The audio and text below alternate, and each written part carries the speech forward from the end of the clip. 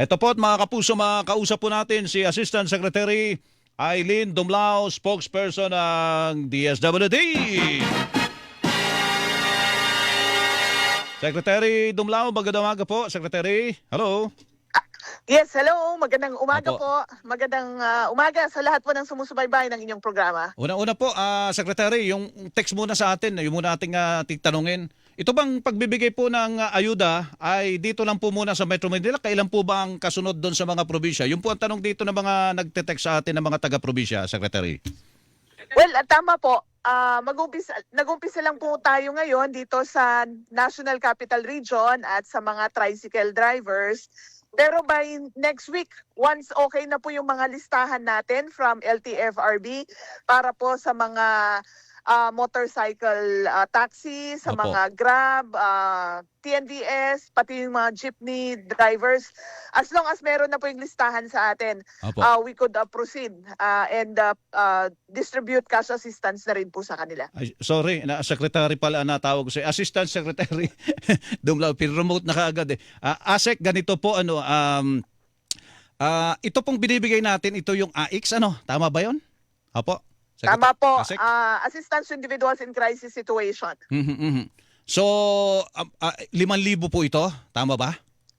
5,000 piso po na tulong pinansyal para Aha. sa ating mga tricycle drivers. Meron pa bang iba na aasahan ng mga driver po? Yan, mga driver na mga pampublikong sasakyan maliban sa AX, ASEC? Sir, ito po para sa sa manggagaling sa DSWD. So, Aha. again, tulong pinansyal para po matulungan sila dahil alam naman natin marami po mga challenges na kinakaharap ang ating mga drivers. Opo. Bunsod nga po ng pagtaas ng presyo ng petrolyo. Ito lamang po ay tulong mula sa DSWD, but we understand other government agencies Meron din. meron din pong Opo, may okay. provide. Mas nauna lang kayong magpamahagi po. Ayan. So, tsuper na mga pampubliko sasakyan, sinimula na sa mga tricycle po ito, no? Susunod naman po yung iba pang uri ng mga transportasyon, jeep, taxi at saka iba pa. Tama ba, ASEC? Opo, Melot, that's correct. Sunod na ito starting next week. Again, basta meron na po yung mga listahan. Mhm. Anyway, tayo naman po ay in close coordination with the DOTR, particularly at LTFRB, para nga sa mga listahan ng mga jeepney drivers, taxi drivers, mga TNBS drivers at iba pang mga public utility vehicle Opo. drivers. Assistance to individuals in crisis situation. Yan po ang ibig sabihin ng AX. Pero ASEC, ito pong ating krisis ay parang tuloy-tuloy. Sabihin na natin na krisis, nahihirapan na po ang lahat eh. One time lang ho ba ito? May plano po ang DSWD, ang gobyerno natin na ulitin po ito para sa ating mga kababayan na apektado? Well, alam mo, Melo, DSWD is closely monitoring the situation. Opo. May option naman po tayo na magbigay pa ng karagdagang tulong in case nga po na lumala itong ating sitwasyon. Oho. Ito pong ibiniprovide natin, it's cash relief assistance. Nasa menu po iyan ng assistance to individuals in crisis situation. Ito binabahagi natin sa mga individual na lubhang apektado ng mga krisis o ng mga emergencies o mga disasters. Kaya again, ito yung paunang tulong na may papabot natin. Alinsunod na rin sa kautusan ng Pangulong Marcos Jr. na tulungan nga natin itong mga sektor na ito na talaga namang apektado ng pagtaas ng presyo ng petrolyo. ASEC, maliban sa hanay ng transportasyon na apektado, yung mga nahihirapan, maliban po dyan, yung bang mga iba pang covered o entitled sa AX assistance na ito ay mabibigyan din po ba? At ano-ano po yung mga sektor na yon maliban sa sektor na nasa transportasyon, ASEC? Yeah. Actually, Melo, itong assistance to individuals in crisis situation, bukas talaga ito sa lahat ng mga individual, ng mga pamilya na nakakaranas ng iba't ibang krisis. Maaring krisis bunsod ng pagkakasakit ng isang miyembro ng pamilya, pagkakamatay ng isang miyembro ng pamilya, no, iba pang mga sitwasyon.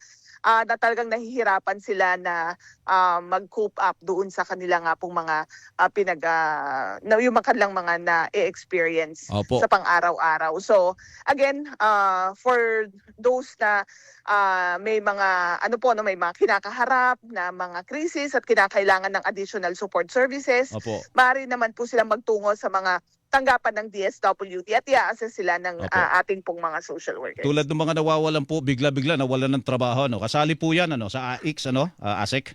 Opo, tama yan. Kasi yung biglaang pagkawala ng trabaho, nakaka-apekto rin yan doon sa well-being ng isang individual. Opo. Po? At kapag hindi rin naman sapat ang savings o wala rin pong savings at wala pong naitabi para sa kanilang pang-araw-araw, talagang yan ina-assess natin yan at nakikita natin na sumasailalim sila sa Opo. matinding krisis at nangangailangan nga po ng tulong. Panghuli na lang po at babalikan ko yung unang tanong ko at gusto pong malinawan ng mga taga Visayas at Mindanao. Sabi nyo ay kasali naman sila, inuna lang talaga dito sa Metro Manila. Kailan po sila at saka yung the rest of Luzon, Visayas, Mindanao at saka iba pang mga lugar, kailan po sila makakatikim daw ng AIX, ASEC? Actually, Melo, kahapon nag-usap kami nila Secretary Rex Socialian, nag-planning kami, nakita namin na matatapos kami dito sa National Capital Region bago po mag-umpisa ang Holy Week or bago matapos ang buwan ng Marso.